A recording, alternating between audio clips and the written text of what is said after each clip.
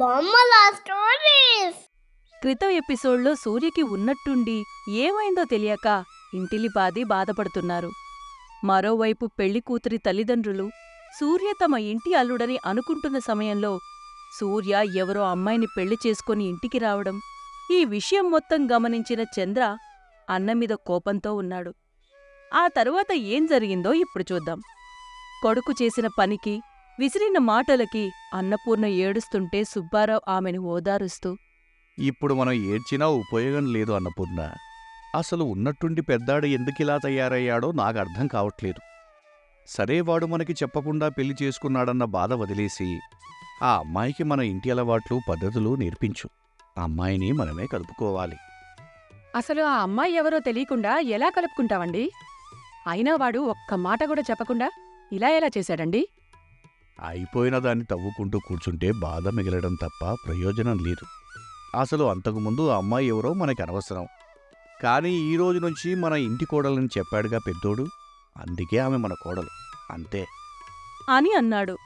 మరోవైపు సూర్య చేసిన పనికి చంద్రకి కోపం వచ్చి అసలు విషయం తేల్చుకుందామని సూర్య రూంకి వెళ్లి అన్నయ్యతో, అన్నయ్య, ఒకసారి బయటకొస్తావా? నీతో కొంచెం మాట్లాడాలి. ఏం మాట్లాడాలి నాతో? ఇప్పుడు నాకెవరితోటి మాట్లాడే మూడ్ లేదు, కానీ రేపు ఎప్పుడైనా చూద్దాంలే. ముందు నా రూమ్లోంచి బయటికెళ్ళు.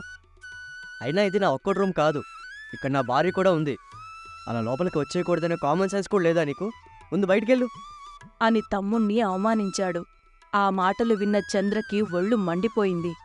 కాని అన్న పరువుని అతని భార్య ముందు తీయకూడదనే ఆలోచనతో మరో మాట మాట్లాడకుండా అక్కడ్నుంచి వెళ్ళిపోయాడు. ఆ రాత్రి తెల్లవారింది. సూర్య ఉదయాన్నే లేచి బయటకు వెళ్లాడు. అప్పుడు సుబ్బారావు తన భార్యతో, అన్నపూర్ణ, పెద్దాడు బయటికి వెళ్ళినట్టున్నాడు. పాపం ఆ అమ్మాయి ఇంటికి కొత్త, ఎక్కడ ఏమున్నాయో ఏమీ తెలీదు కదా. నువ్వెళ్ళి ఆమెను పరిచయం చేసుకో.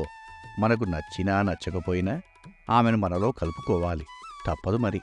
ఇంకేమీ ఆలోచించకుండా వెళ్ళు అని చెప్పడంతో తనకి ఇష్టం లేకపోయినా భర్త మాట ఎదిరించకూడదని కొడుకు గదిలో ఉన్న కొత్త కోడల దగ్గరికి వెళ్ళింది. అప్పటికి బారెడు పొద్దెక్కినా కొత్త కోడలు ఇంకా ముసుగుతన్ని పడుకుని ఉండడం ఆమెకు నచ్చలేదు. అయినా భర్త మాట తీయలేక అన్నపూర్ణ ఆమె దగ్గరకు వెళ్ళి ఆమెని తట్టి లేపుతూ, అమ్మాయ్, ఇదిగో అమ్మాయ్ అని పిలిచింది. అప్పుడు ఆమె లేచి అత్తగారి మీద చికాకు పడుతూ, అబ్బా, ఏంటి పొద్దు పొద్దునే మీ గోలా? అది కాదమ్మా, చాలా పొద్దెక్కిపోయింది. లేచి కాస్త ఫ్రెష్ అయ్యి టిఫిన్ తింటావని లేపడానికొచ్చానమ్మా. నా బాగోగులు మా ఆయన చూసుకుంటాడు, మీరెళ్ళి మీ పని చూసుకోండి. పడుకున్న వాళ్ళని లేపకూడదన్న కామన్ సెన్స్ కూడా లేదా ఈ మనిషికి? ఏ మనిషో ఏంటో అని అనుకుంటూ మరో పక్కకు తిరిగి మళ్లీ పడుకుంది. కోడలు అవమానించడంతో తలవంచుకొని బయటకు వచ్చేసింది అన్నపూర్ణ.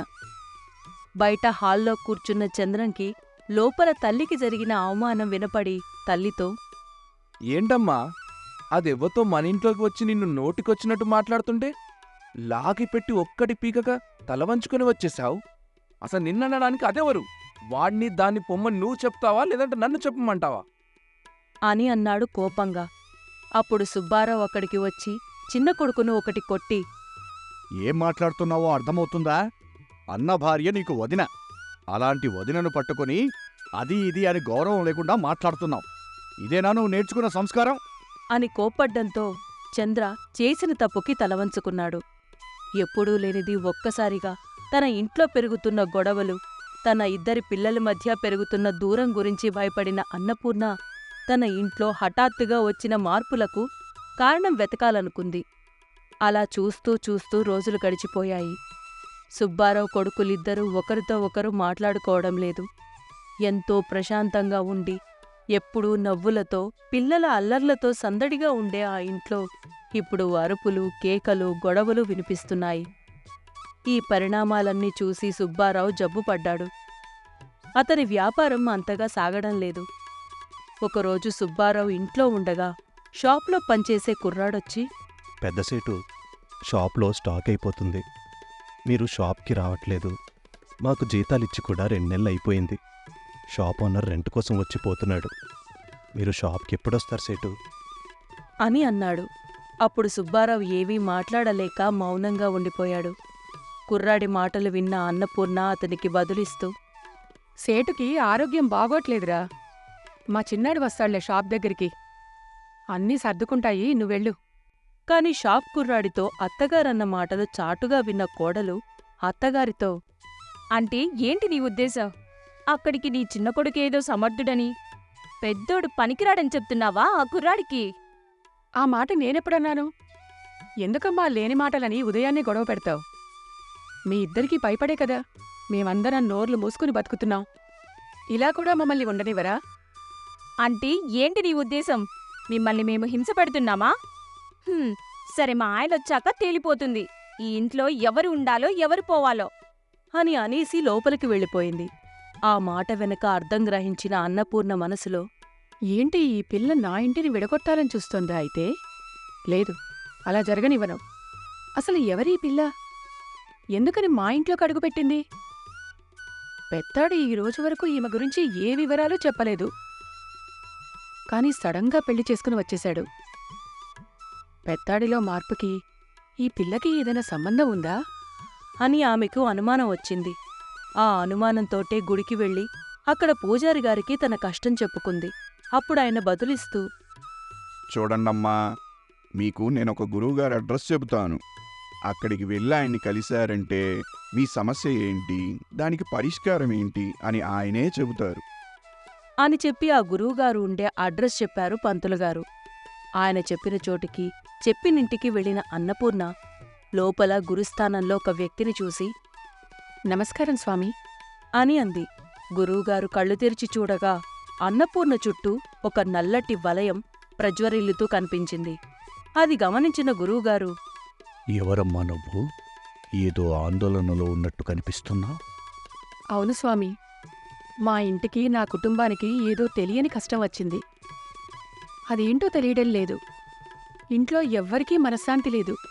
నా భర్త ఆరోగ్యం కూడా బాలేదు అని చెప్పడంతో ఆ గురువుగారు కళ్ళు మూసుకొని తన మనోనేత్రంతో అన్నపూర్ణ చెప్పిన సమస్య ఏంటో తెలుసుకునే ప్రయత్నంలో ఉన్నారు. అన్నపూర్ణ గురువుగారు ఏం చెబుతారా అని టెన్షన్లో ఉంది.